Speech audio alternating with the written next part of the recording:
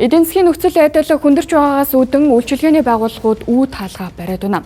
За манай сурвалжлах баг энэ 7 хоногт хаалгаа барьж байгаа 3 байгууллагыг зорж очлоо. За тэдний хоёр нь үйл ажиллагаагаа зогсоож ажилчдаа ажилд гаргаагүй цоочтой байсан юм. За харин маргаашаас үйл ажиллагаагаа зогсоохоор болсон Альбер рестораныхан за ажил дуусаж байгаа тул яриа өгөх боломжгүй гэсэн юм а. За бидэнд мэдэгдэж байгаа нь энэ болохоос за өөр хаалгаа барьж байгаа жижиг хоолны газар ресторан олон багмаа. Эдийн 7 хоногт хаалтаа хийж буй 3 байгууллагыг зорж очлоо. Тэдний хоёр нь үйл ажиллагаагаа зогсоож ажилтаа ажилд гаргаагүй цоочтой байлаа. Харин маргааш үйл ажиллагаагаа зогсоох Альберта рестораны хувьд ажил дуусаж байгаа тул яриа өгөхгүй гэсэн юм а. Бидэнд мэдэгдэж буй энэ болохоос өөр хаалгаа барьж буй жижиг хоолны газар ресторан олон бий гэдгийг тэтэлж байлаа. Тэгвэл бид яг ийм байдлаар эрхэлж байсан бизнесүүд нь үд хаалгаа барьсан хүмүүстэй уулзаж ярилцлаа. Гэхдээ нэг кофе шоп жил ажилласан.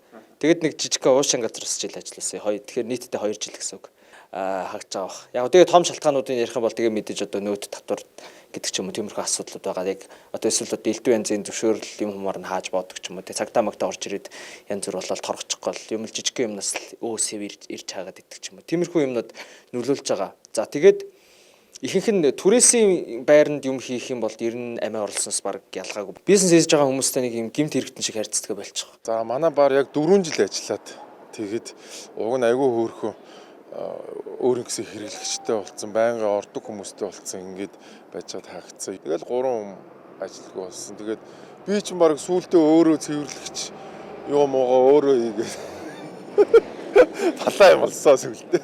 Тэр өөрөө урдуур ороод ингээл зах зээл рүү оруулж одоо орох хөстэй байсан зах зээлийг өөрөө хамаал, өөрөө хамаг том бизнесийг хамж аваад тэгэл ерөөсөө нийт зах зээлийн чинь бараг 70% төр одоо өөрөө ганцаар хийждэг.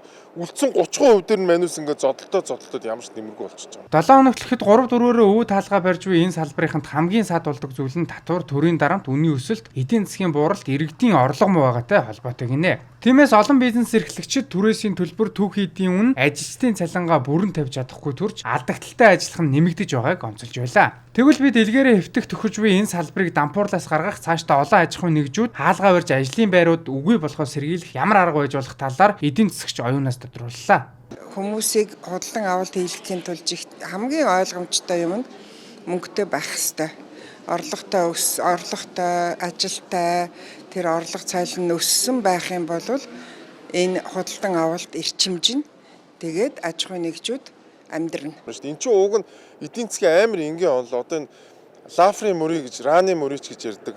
Энэ мөрийн дээр чи татвар буурах юм бол татварын байд суурь нэмэгдээд татварын орлого өсөлгөө гэдэг ингээд бүхэл бүтэн юм онол авахад манай эдийн засгчид, манай улс төрчид энэ онолыг ерөөс мэддэг ч юм бол. Эдийн засагчийн зүгээс үйлчлэгээний салбарыг дэмжих, бодлогын орчин сул байгааг онцолж татварын уян хатан бодлого хэрэгжүүлэх, жижиг дунд бизнесүүдэд чиглэсэн санхүүгийн дэмжлэг үзүүлэх шаардлагатайг дурдсан юм а. Мөн иргэдийн худалдаа авах чадварыг нэмэгдүүлэх, бодлого хэрэгжүүлэхгүй бол энэ салбарын уналт үргэлжилсээр байх эрсдэлтэйг анхаарууллаа. Энэхүү үйлчлэгээний салбарын аж ахуйн нэгжүүд олноороо хаалгаа барьж байгаа нь зөвхөн нэг салбарын асуудал биш өгөөд цаашлаад ажилгүйдэл нэмэгдэх, эдийн засгийн идэвхжил буурах зэрэг цөрөг үр дагаврыг дагуулах бодит аюул нүүрлээд байгааг ч онцоллоо.